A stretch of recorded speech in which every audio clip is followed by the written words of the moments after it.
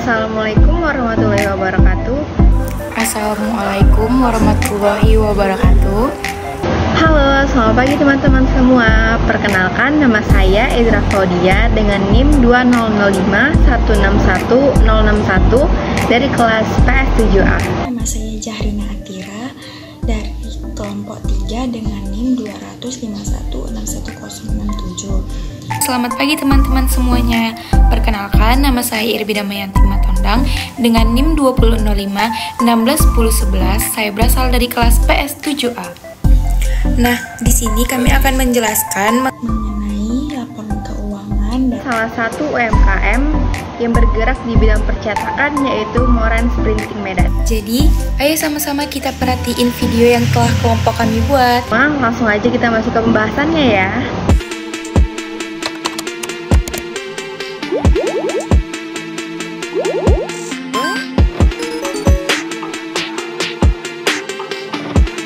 Di sini saya dan teman-teman saya ingin mengucapkan terima kasih banyak yang sebesar-besarnya kepada dosen kami, yaitu Bapak Rizky Saputra, SEMSI, CPA, CBV, CRA, CRV, yang telah meluangkan waktunya untuk memberikan ilmu dan pengajaran mengenai bagaimana cara menyusun laporan keuangan menggunakan ABSS dan Spreadsheet untuk usaha menengah, terutama dalam proyek UAS kami ini.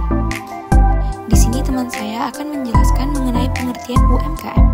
Nah, pertama-tama saya akan menjelaskan pengertian UMKM. Nah, UMKM ini adalah usaha mikro, kecil, dan menengah atau yang biasa kita sebut dengan UMKM, merupakan salah satu bentuk usaha yang bertujuan menumbuhkan dan mengembangkan usaha dalam rangka membangun perekonomian nasional berdasarkan demokrasi ekonomi yang berkeadilan sesuai amanah Undang-Undang Nomor 20 Tahun 2008. Pasal 1 Undang-Undang tersebut menjelaskan pengertian masing-masing lingkup usaha. Pasal 1 ayat 1 menyebutkan bahwa usaha mikro adalah usaha produktif milik orang perorangan atau badan usaha perorangan yang memenuhi kriteria usaha mikro sebagaimana diatur dalam undang-undang. Berikutnya ada pasal 1 ayat 2 yang menjelaskan bahwa usaha kecil adalah usaha ekonomi produktif yang berdiri sendiri yang dilakukan oleh orang perorangan atau badan usaha yang bukan merupakan anak perusahaan atau bukan cabang perusahaan yang dimiliki, dikuasai, atau menjadi bagian baik langsung maupun tidak langsung dari usaha menengah atau usaha besar yang memenuhi kriteria usaha kecil sebagaimana dimaksud dalam undang-undang tersebut. Dan yang terakhir ada pasal 1 ayat 3 yaitu usaha menengah adalah suatu ekonomi produktif yang berdiri sendiri yang dilakukan oleh orang perorangan atau badan usaha yang bukan merupakan anak perusahaan atau cabang perusahaan yang dimiliki, dikuasai, atau menjadi bagian langsung maupun tidak langsung dengan usaha kecil atau usaha besar dengan jumlah kekayaan bersih atau hasil penjualan tahunan sebagaimana diatur dalam undang-undang tersebut. Lanjut, di sini saya sendiri akan menjelaskan peraturan UMKM sesuai dengan PSAK. Menurut karakteristik dan kriteria yang sesuai dengan peraturan PSAK, di mana sesuai dengan Undang-Undang Nomor 20 Tahun 2008 Pasal 6. Kriteria yang ditekankan adalah mengenai jumlah kekayaan bersih, tidak termasuk tanah dan bangunan serta tempat usaha, melainkan hasil penjualan tahunan. Berikut adalah kriteria dari masing-masing usaha mikro, kecil, dan menengah.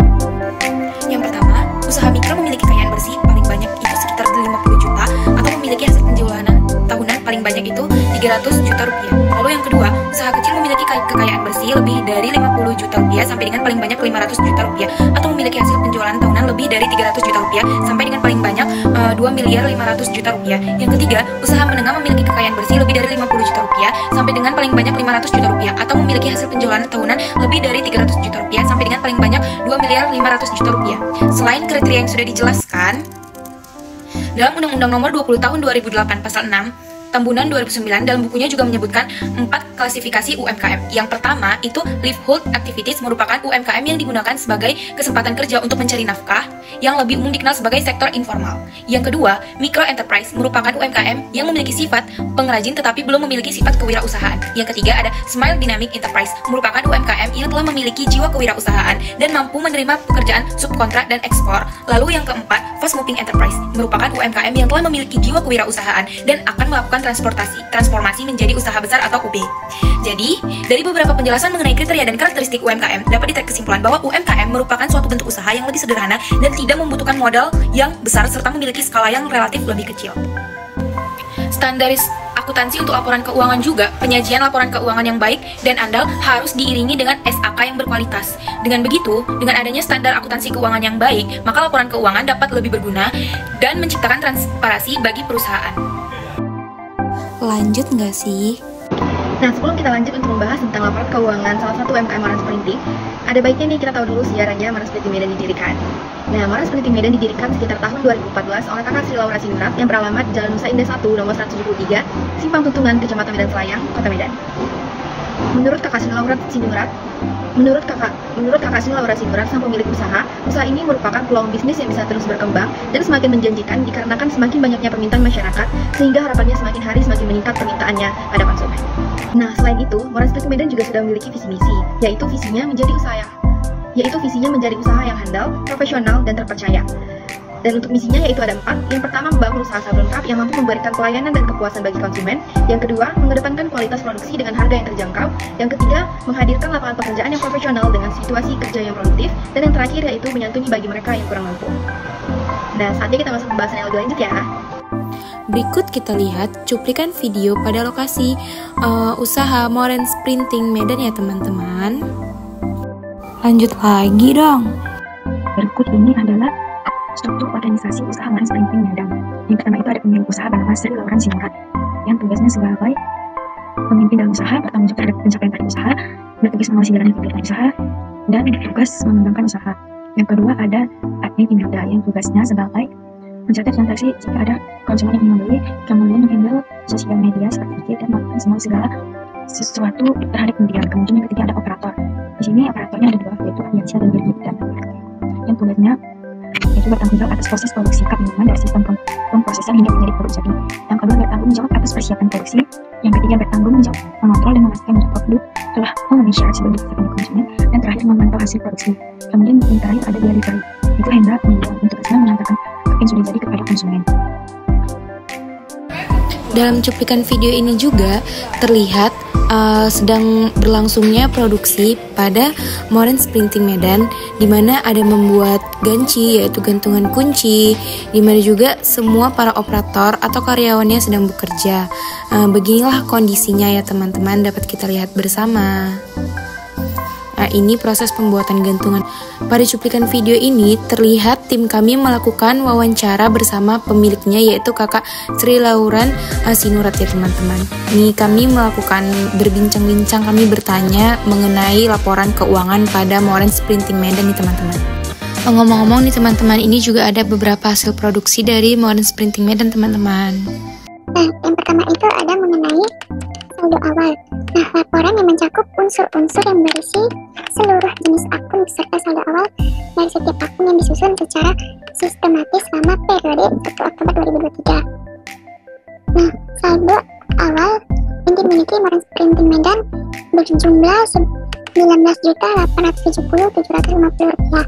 Nah, itu dapat kita lihat di laporan berikut ini, di mana kas sebesar Rp1.145.000, kas di bank Rp9.990.000, perlengkapan sablon Rp970.250, persediaan barang dalam sablon Rp4.760.000, piutang dagang tidak ada pada bulan Oktober, persediaan peralatan sablon sebesar Rp2.155.500, dan tidak adanya utang.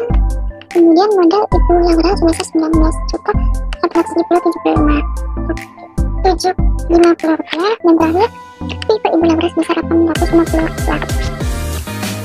Nah, kemudian yang kedua ada jurnal umum. Nah, yaitu transaksi yang terjadi selama periode 31 Oktober 2023 dicatat. Sesuai transaksi yang masuk kemudian dicatat ke dalam jurnal. Transaksi pada Moran Sprinting Medan terkait dengan bulanan cukup sebesar Rp55.547.500, pembelian perlengkapan Rp1.889.250, dan biaya operasional lainnya yang dicatat ke dalam jurnal. Berikut ini jurnalnya. Nah, di sini dapat kita lihat jurnalnya pada tanggal 1 Oktober 2023 dilakukannya pembelian perlengkapan sablon ulen harga Rp250 dan kas di Mandiri. Lalu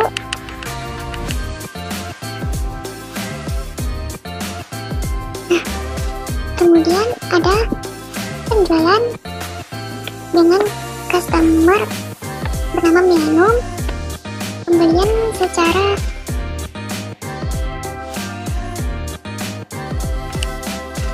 langsung, di mana pembayarannya dilakukan dengan transfer ke Bank Mandiri. Maka jurnalnya kas di Bank Mandiri sebesar Rp925.000 dan penjualan mentah Rp925.000.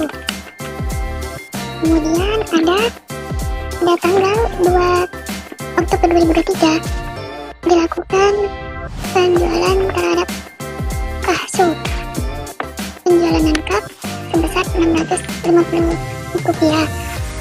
Pembayaran dibayar melalui transfer ke Bank Mandiri, maka jumlahnya kas di Bank Mandiri didebit sebesar Rp650.000, penjualan cap dikredit sebesar Rp650.000.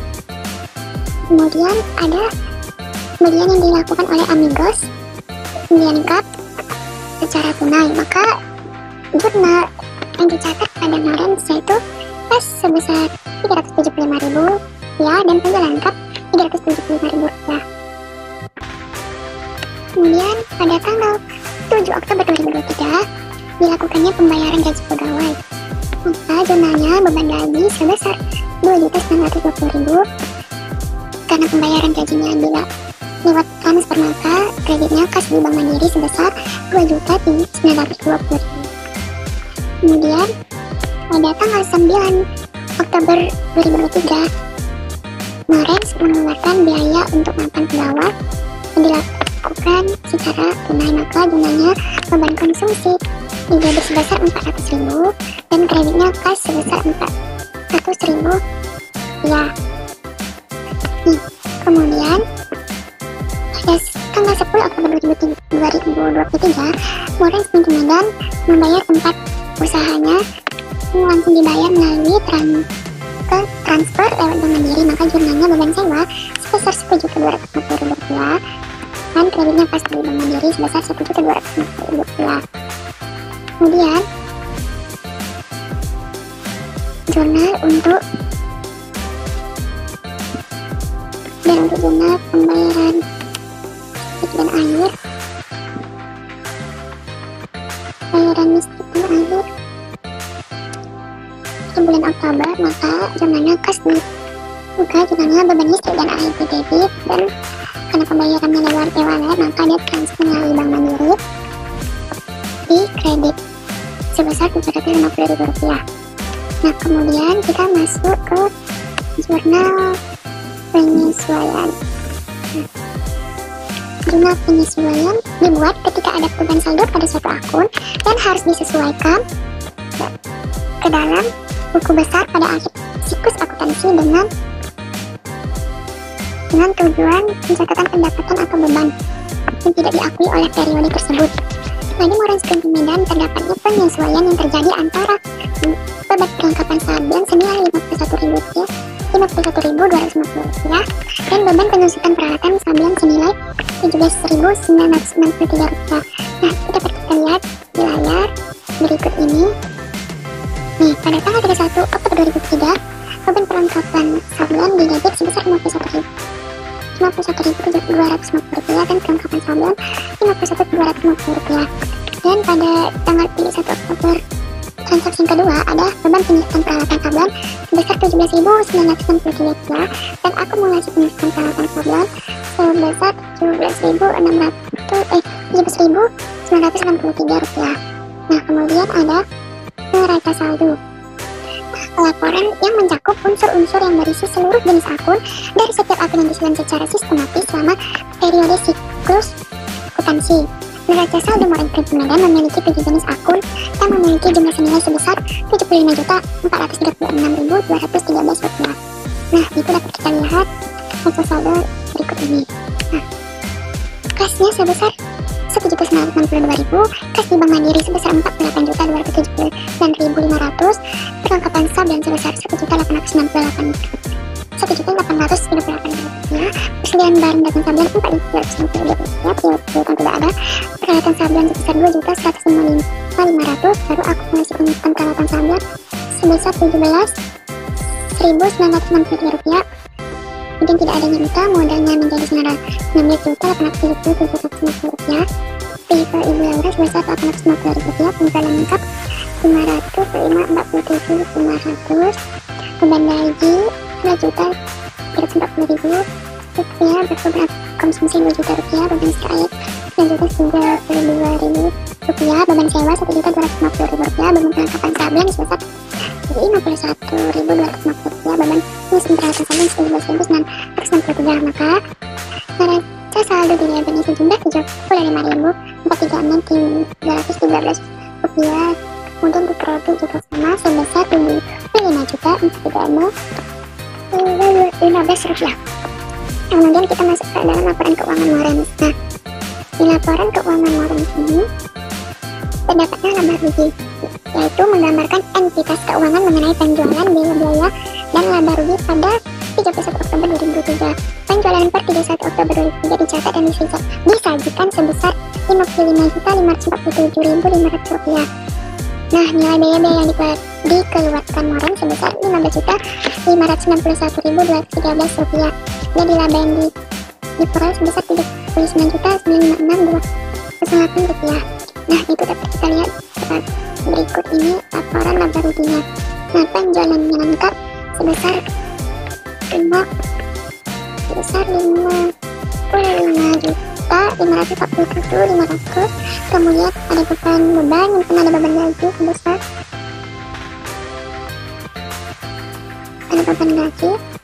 kemudian ada beban konsumsi sebesar 2 juta rupiah, ada beban listrik dan air 932.000, ada beban sewa 1.250.000, ada beban perlengkapan sablon sebesar 51.250 rupiah, dan beban penyusutan peralatan sablon sebesar 17.963 rupiah. Maka jumlah total beban keseluruhan sebesar 15.591.315 rupiah.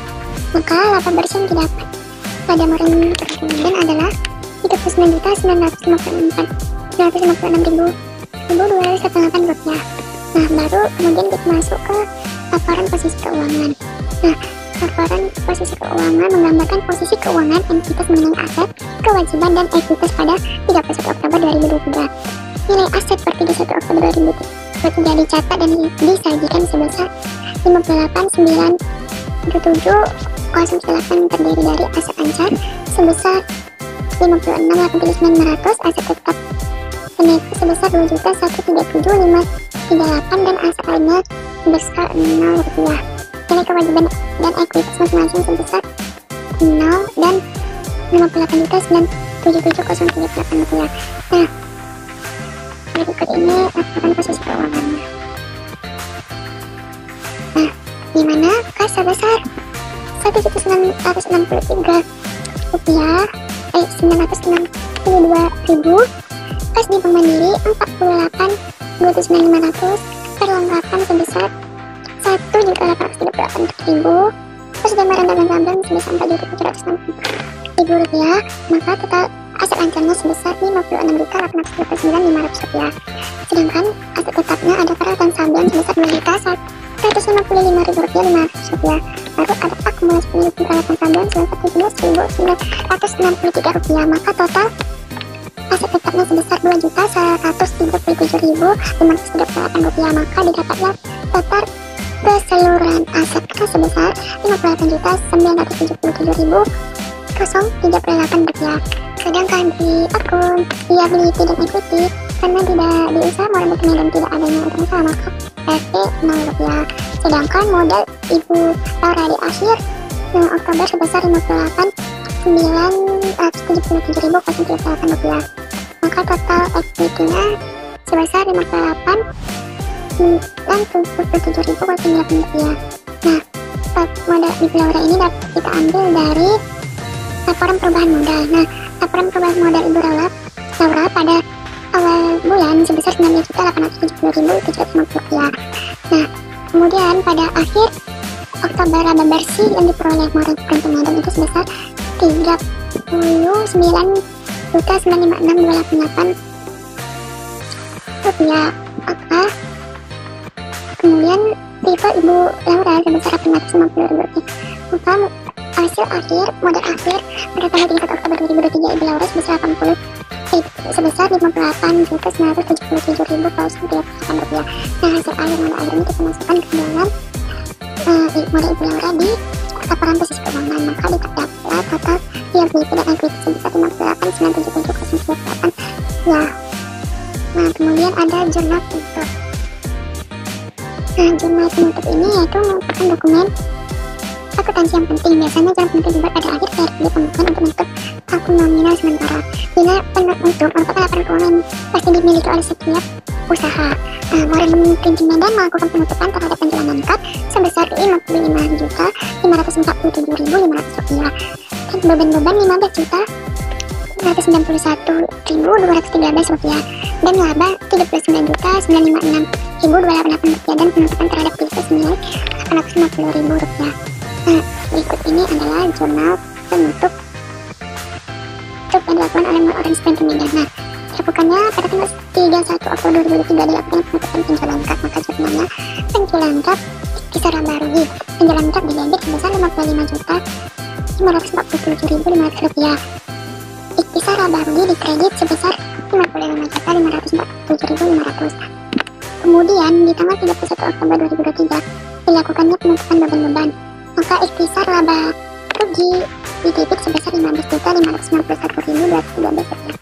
Kemudian masukkan beban-beban yang ada di laba rugi. Kemudian pada tanggal 31 Oktober 30 Oktober itu dilakukan juga penutupan terhadap laba, maka jurnalnya ikhtisar laba rugi di debit sebesar Rp39.956.28. Kemudian modal Ibu Laura di kredit sebesar Rp39.956.288 dan dilakukannya penutupan prive pada tanggal 31 Oktober 2023, di mana jurnalnya modal Ibu Laura di debit sebesar Rp850.000 dan prive Ibu Laura di kredit sebesar Rp850.000. Nah, itu adalah yang kami dapatkan dari hasil wawancara yang dilakukannya pembuatan laporan keuangan terhadap Orange Printing Medan. Mungkin itu saja yang dapat saya sampaikan mengenai laporan keuangan usaha Orange Printing Medan. Nah, sekarang kita masuk ke bagian kesimpulan. Jadi kesimpulan yang bisa kita ambil dari penyusunan laporan keuangan Orange Printing Medan adalah yang pertama, percetakan sablon Orange Printing Medan ini memberikan banyak manfaat, yaitu terutama proses pembuatan dan alat-alat yang dibutuhkan tidak terlalu sulit, serta dapat mengembangkan kreativitas ke dalam bentuk gambar, dan penyablonan ini dapat membuka peluang usaha yang dewasa sehingga ini mengalami peningkatan yang cukup baik untuk kedepannya. Dan dengan skill serta pengolahan manajemen keuangan yang baik, bisnis sablon ini akan mendatangkan untung yang lumayan besar. Yang kedua, peraturan SAKEMKM dirancang khusus untuk mempertimbangkan skala dan kompleksitas yang lebih rendah pada usaha ekonomi mikro, kecil, dan menengah, memastikan kepatuhan yang sesuai dengan karakteristiknya. Penerapan SAKEMKM memberikan solusi akuntansi yang relevan dan efisien untuk Orange Printing Medan. Lalu yang ketiga, Orange Printing Medan tidak mencatat laporan keuangan sesuai standar akuntansi atau SAKEMKM, melainkan pencatatan hanya diolah dalam bentuk sederhana melalui aplikasi. Tidak dilakukan pencatatan yang sesuai dengan laporan laba rugi, laporan posisi keuangan, neraca saldo, perubahan modal, dan laporan lainnya, sehingga laporan keuangan dalam usaha Orange Printing Medan ini kurang efisien. Jadi, dari kelompok 3 yang melakukan analisis mengenai laporan keuangan pada Orange Printing Medan, kami memberikan saran yang sangat berguna ke depannya, yaitu banyak kekurangan dari pembuatan laporan keuangan pada usaha Orange Printing Medan berdasarkan pembahasan pada bab-bab sebelumnya. Maka penulis memberikan beberapa saran sebagai berikut. Yang pertama, Orange Printing Medan seharusnya melakukan penyusunan laporan keuangan yang lebih rinci, pemahaman yang lebih baik terhadap SAK, serta menerapkan teknologi untuk efisiensi dan akurasi. Penting juga untuk terus memantau perubahan regulasi dan memperbarui proses akuntansi sesuai kebutuhan usaha. Lalu, yang kedua, Orange Printing Medan harus memantau dengan cermat utang dan piutang untuk mengoptimalkan arus kas dan mengelola risiko keuangan. Yang terakhir, Orange Printing Medan harus meningkatkan pemahaman terhadap SAKEMKM, terus memantau perubahan dalam standar, memastikan bahwa laporan keuangan memberikan gambaran yang akurat tentang kinerja usaha sablon dalam konteks SAKEMKM. Wah, ternyata kita sudah sampai di penghujung nih teman-teman. Jadi, saya bersama tim saya mengucapkan terima kasih banyak teman-teman. Baik teman-teman, semua itu tadi penjelasan dari kami kelompok 3 tentang laporan keuangan salah satu UMKM Orange Printing Medan. Semoga yang kami sampaikan tadi dapat bermanfaat dan dapat dipahami oleh teman-teman semua. Sekian dari kami, jika ada kelebihan dan kekurangan mohon dimaafkan. Wassalamualaikum warahmatullahi wabarakatuh. Terima kasih.